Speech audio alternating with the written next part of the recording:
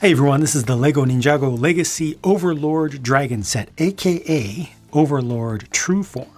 Now it's a delightfully focused set because this is all you get. The dragon minifig form of Overlord and Golden Ninja Lloyd there. So we'll look at the figures up close, of course separately, incidentally. They do give you a perfect spot to put the minifig form of Overlord here if you want to do that, which is kind of like Overlord Overload, if you ask me. But it's all good, right? If you want to do that, you can, you don't have to.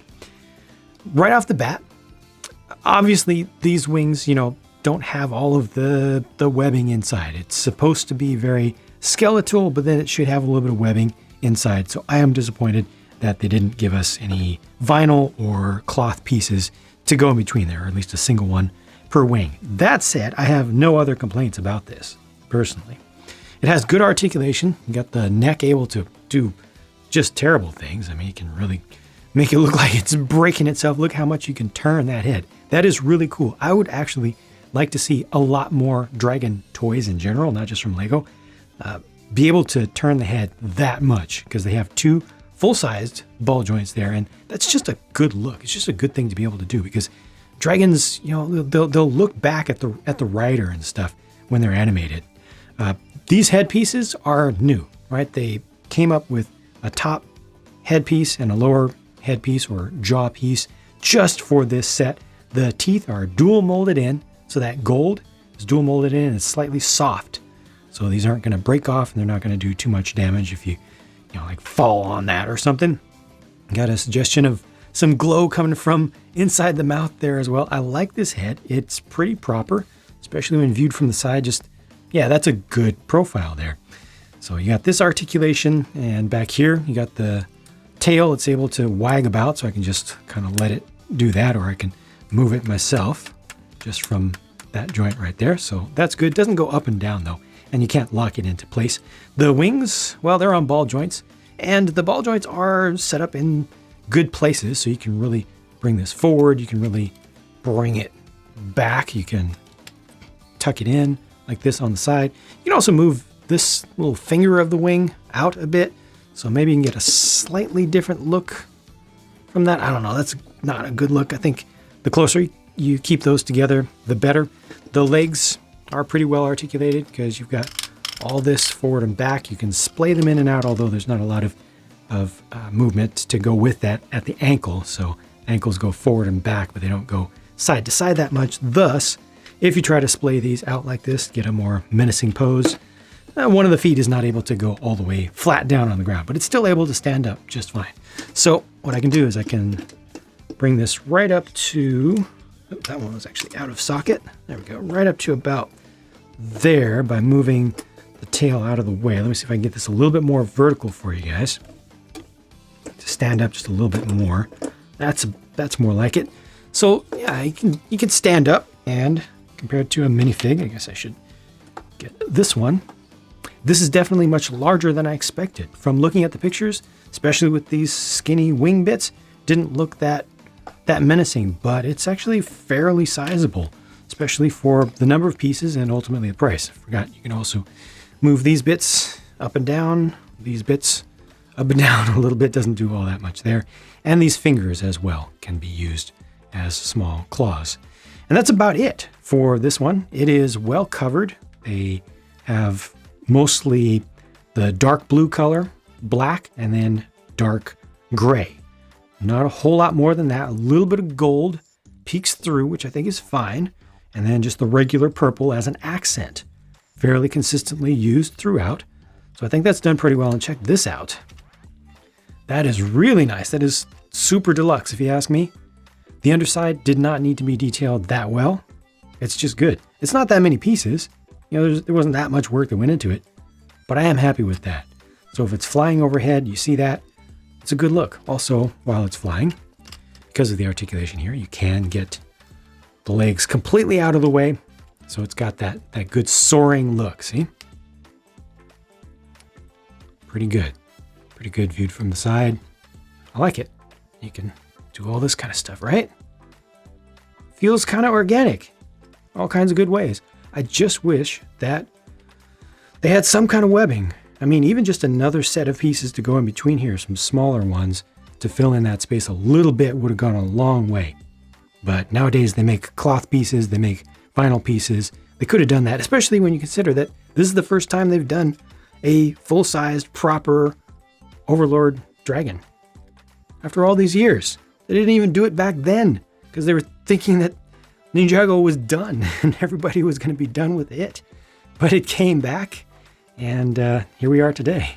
Now, this Golden Ninja Lloyd is not one of the special edition, limited edition, 10th anniversary Ninjago gold figures. This is just a modern version or reimagined version of the original actual Golden Ninja, the first Golden Ninja character proper. So it's good that they try to stay fairly classic with it, with the design on the front. It has very strong callbacks, and they went with the dark green as the accent color rather than going with something more modern like a bright green. He does still have, of course, the movie green eyes. And, by now, if you haven't gotten used to that, you're never going to get used to it. And that's okay. The Overlord figure, they've been doing Overlord figures in the Legacy line pretty well, and this is no exception here. Has really nice gold on it. Stands out well. I really like the leg piece, the combination of the black and the trans purple molded together, all wavy, all marbly, is kind of glorious. Works out really well, I think. And they really did not need to put that secondary print on the back of Overlord's head, especially since you never see him without his helmet on. So that's just a little extra there, and the print on the back of each torso looks good to me, especially the Golden Ninja one there on the left. And spinning them back around, there's what their faces look like here. I think the Overlord one is a little bit more comical this time than last, just from my recollection, but it's still a good quality print. These are the leftover pieces, and I've got great news for you. No stickers were used in the creation of this set. So I paid $30 US for this, and it's 372 pieces, which makes it look like a good value on paper, at least. And looking at what's in front of me here on the table, still looks like a good value. As a matter of fact, it looks like a very good value. Again, it's so much larger. Bring it right up to me. So much larger than I expected from the photos. Maybe I just wasn't seeing things properly, but I was fully expecting this to be like 2/3 the size. And at that, I think it would still be an okay deal, depending upon exactly how big or exactly how small they made it. But at this size, no, this is good. And the inclusion of only the two figures there, no side build whatsoever, suggests to me that the designer really wanted to give all fans as much Overlord Dragon as possible within their budget. The designers are completely limited in what they can do. They're given a budget when they start the work on a project. Oftentimes there's no design work, or there's very little design work, maybe just some concept that's been done before them. And the final price of the set is set in stone before the designer is able to actually create the final design, right? So I feel like a lot of work was done here in that regard, and I really appreciate that. That said, I have to, again, just wonder if it wouldn't have been so much better with the inclusion of the webbing. I already talked about that, but I feel like given that this is going to be the only time we will ever get a full-size Overlord Dragon, it's the first time we've gotten one, and it'll be the last time, I'm pretty sure. This is the 10th anniversary of the show. This was the original main villain of the entire series. This was ending the entire series at the time, is what they were fully expecting. I feel like it just deserved a little bit more. Maybe it deserved a little bit more than a $30 budget. If a $35 budget existed, that would have been great. If that would have allowed us to get the webbing, good. I think that a lot of folks who want this, older fans who watched the show back then, probably would have paid more, would have stepped up to the $40 US level to get better wings for this. Let me know what you think about that. Let me know what you think about just imagining this for $30, which is very good, or this with better wings, including some cloth inserts, or at least vinyl, I would say cloth, for $40. Let me know which you think is the better idea. I'm interested to see, and maybe if some Lego folks on their free time, you know, browse through the comments. It might be interesting to see for them in hindsight as well. Otherwise, just really good set. Really happy with it as a legacy thing. Now, I did record my build of this, but I decided not to publish it. I made a mistake along the way, corrected the mistake, but this time I just decided to shield myself from the literal lifetime of comments of, hey, did you know that at timestamp you made such and such a mistake? Oh, edit. I see that at timestamp plus a little, you corrected that mistake. But I'm going to leave this comment here because it's really important. It's the only thing that I really care about in this video. I'm just going to leave it offline.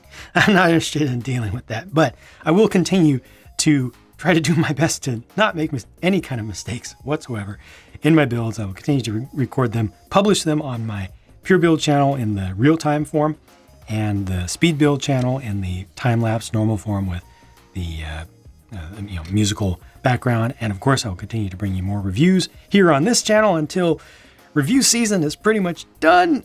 And then I will shift most of my focus over onto my city channel to work on my city. So thank you for watching. Thank you for sticking with me, and I'll be talking to you again very soon.